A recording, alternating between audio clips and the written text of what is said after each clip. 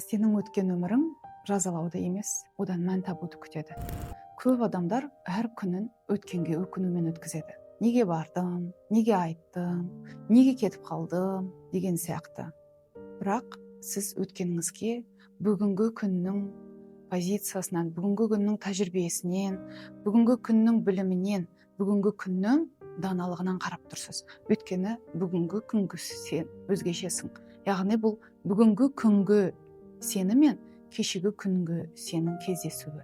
Бұны қайдан байқауға болады? Бір ойды бәлен рет басымызда айналдырсақ, ішкі дауыс сен кінәлісің, енді шыда, енді осылай жүр деп тұрса, өзімізді әрқашан біреулермен салыстырып, олар менен жақсырақ шешім қабылдады десең, қазіргі күннің жақсылығын ескі күндерді ойлап өткізіп алуыңызда. Дәл осы ойлар сізге маза бермей, өміріңізді өкінішпен өткізіп жатсаңыз, басты түсіну керек нәрсе ол өткеніңіз сіздің қапас емес, өткеніңіз сіздің кітапхана.